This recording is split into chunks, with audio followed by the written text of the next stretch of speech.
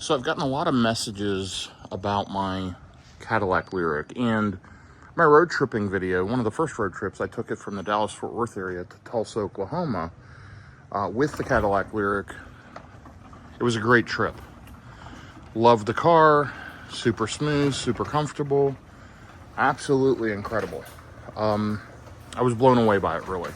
It charged well, it did well overall on the first trip. Since then, unfortunately, I've had to get rid of the Lyriq, and I've been asked a lot, what vehicle did I get to replace the Lyriq? I have multiple vehicles at any given time, typically at least 3, and you'll see over here we've got the 2022 Rivian R1T. This is one of the first Rivian R1Ts. It's the VIN is in the 6500s. Like I said, it's a 2022. We've got about 30,000 miles on it. It's my wife's primary driver. She's got the charge point, home flex charger here. And then we've got a Tesla wall connector mounted, a NEMA 1450. And then, of course, over here we've got the Cybertruck, which, I took delivery of that in December after the Foundation series. The prices came down. I purchased this truck in the mid-70s. Looks like I need to clean it. But anyway, love this truck. Still had the Cadillac Lyriq. Now, I bought the Cadillac Lyriq in July of 2024. And I ended up getting rid of it in February of 2024. And the reason I got rid of it ultimately was because of its inability to perform.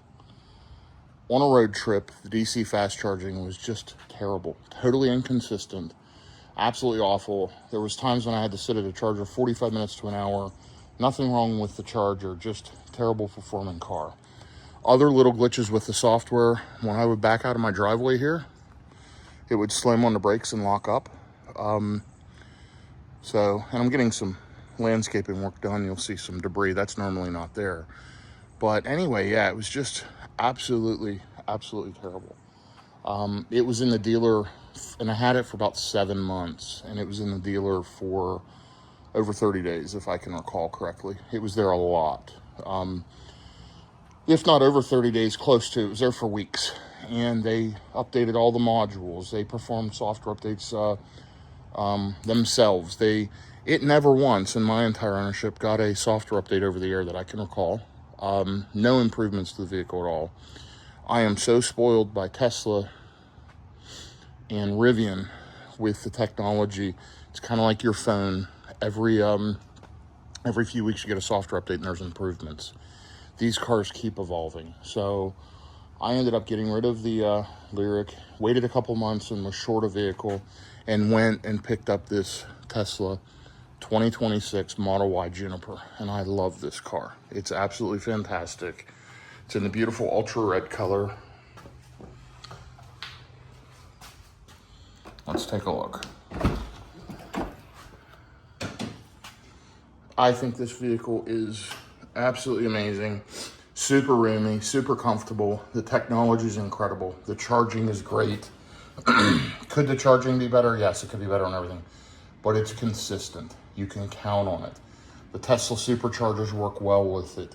It charges well on other fast chargers. I've got the CCS1 adapter there in the door.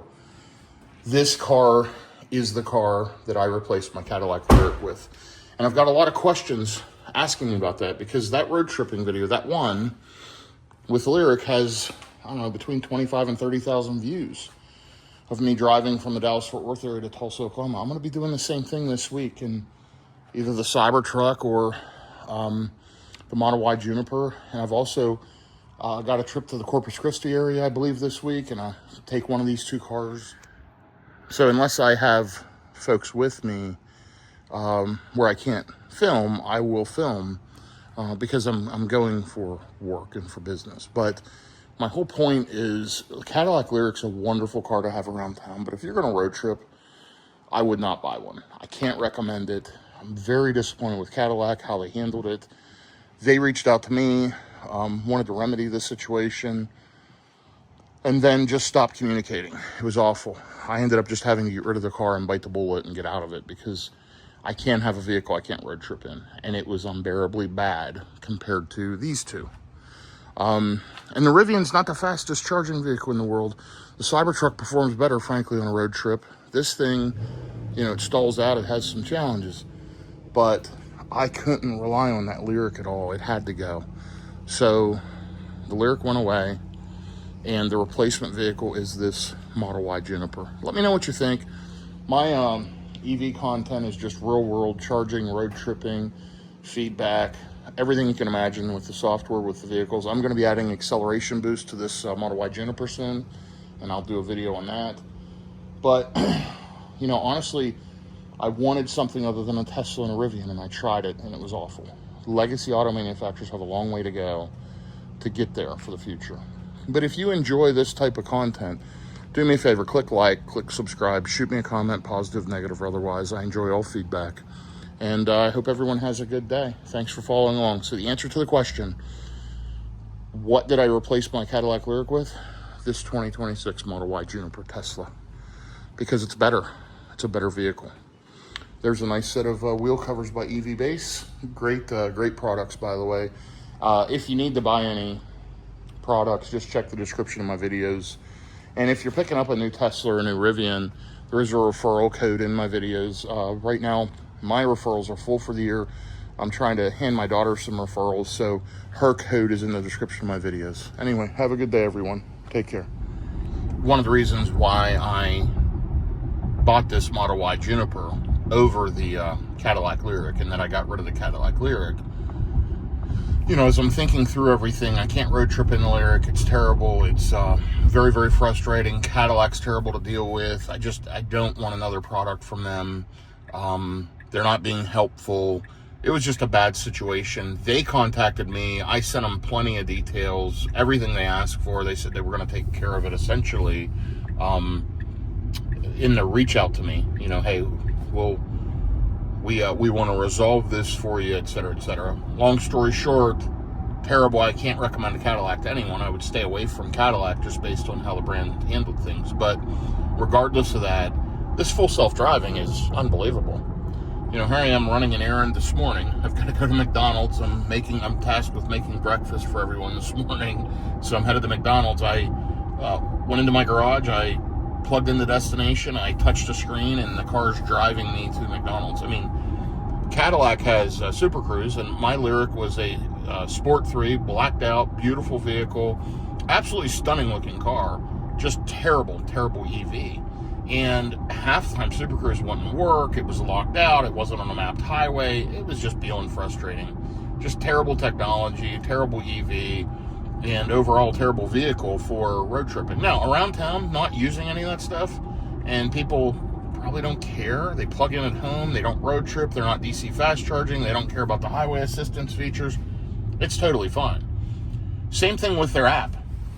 And I didn't mention the app earlier, but my Cadillac app is just absolutely horrible. You would click something like unlock the doors or, you know, check the range on the car. It would take minutes to update and refresh. It's using that old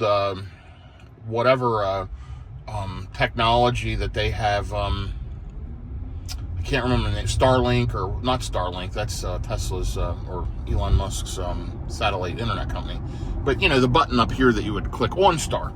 They had the old OnStar technology tied into the app. It was awful, completely unusable for somebody that's used to road tripping in an EV. I can set my charging limit. I can look at the vehicle. I can check the cameras. I can do so much on a Tesla and a Rivian. And I would be plugged in at a hotel, and I'd want to adjust my, charging limit and say, hey, I want to go ahead and boost it up to 100% now. I'd have to go out to the car, and that sounds not a big deal, and if you're coming from a gas car, you don't care, but it was like a major step backwards in technology. Tesla, Rivian, and to some extent Lucid is just, they're so much further ahead than everybody else with the technology. They are like tech companies making pretty good products, and Rivian especially, what a rock solid vehicle. Tesla's vehicles, the build quality hasn't been there, but this Model Y Juniper is remarkably good, super efficient, and it drives me to where I need to go. Love the thing. So, yeah, I'm not going to go backwards ever again. Certainly, I'll consider other brands, and I'm going to continue to test and check out other products. But Tesla's a league above right now, and their tech, by far, is the best of any vehicle you can get. And I know it's polarizing, and a lot of people are concerned about politics, or, you know, they're concerned about an EV, whatever. It's next level, and anything else feels like you're taking a major step backwards. So great job, Tesla. Keep it up. And that's kind of where I'm at today, letting you all know my feedback on this thing. So have a good day, everyone. Thanks again.